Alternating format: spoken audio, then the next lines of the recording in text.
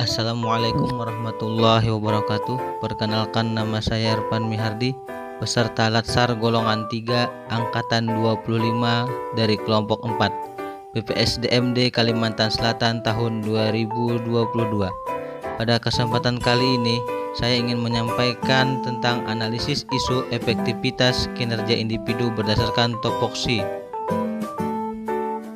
Sebelum kita membahas lebih lanjut, terlebih dahulu kita memasuki pendahuluan, di mana di sini ada definisi dari isu, yang mana menurut Kamus Besar Indonesia, isu adalah masalah yang dikedepankan untuk ditanggapi, kabar yang tidak jelas asal usulnya dan tidak terjamin kebenarannya, kabar angin, dan biasa juga disebut desas-desus.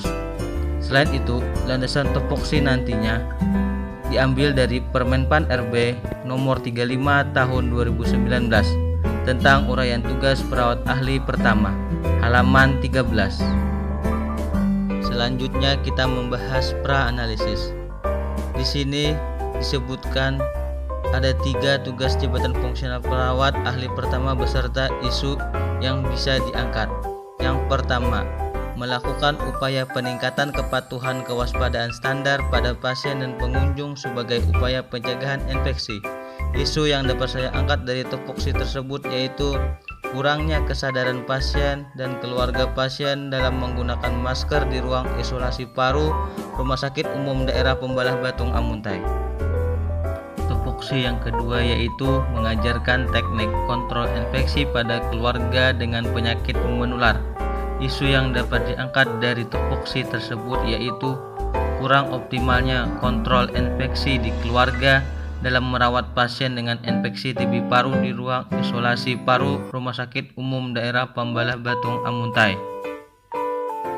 Selanjutnya, topoksi yang ketiga yaitu melakukan pemantauan atau penilaian kondisi pasien selama dilakukan tindakan keperawatan spesifik sesuai kasus dan kondisi pasien.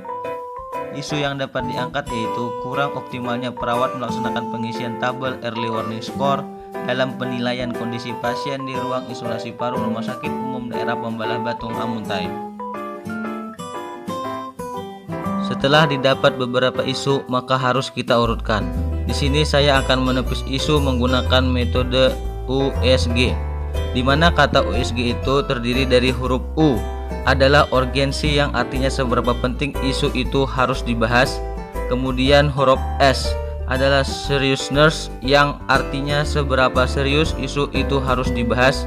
Dan yang terakhir huruf G adalah growth yang artinya seberapa cepat isu itu dapat berkembang. Setelah kita analisis, isu yang mendapat peringkat pertama dengan skor 13 adalah kurang optimalnya kontrol infeksi di keluarga dalam merawat pasien dengan infeksi TB paru di ruang isolasi paru Rumah Sakit Umum Daerah Pembalah Batung Amuntai. Selanjutnya, isu tersebut akan kita analisis menggunakan fishbone. Di sini kita dapat lihat pada manusia, pendidikan pasien yang rendah dan kesadaran yang kurang. Untuk di lingkungan sosial, didapatkan sikap keluarga yang kurang peduli.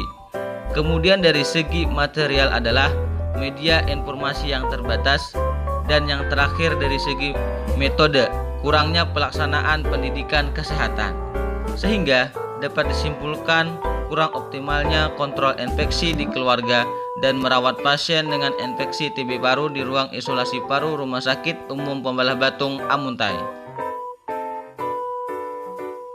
Selanjutnya, isu tersebut akan kita analisis juga menggunakan metode SWOT. Di metode SWOT ini terdiri dari 4 item. Yang pertama, strength atau kekuatan. Di sini didapat adanya cara mengontrol infeksi TB paru yang mudah. Kemudian ada terapi TB paru yang sudah masuk program pemerintah, dan tersedianya layanan kesehatan yang dapat memberikan penjelasan. Yang kedua adalah weakness atau kelemahan.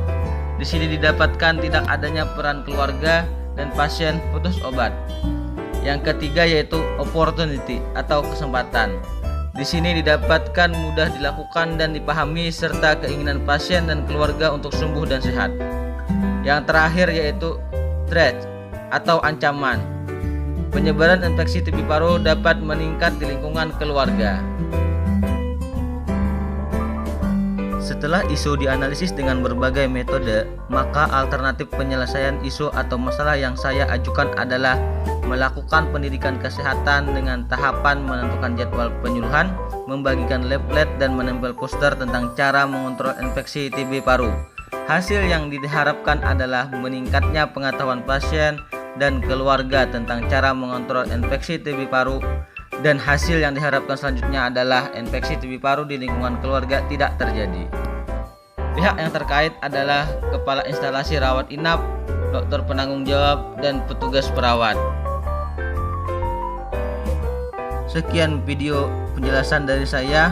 Salah hilap mohon dimaafkan. Wassalamualaikum warahmatullahi wabarakatuh.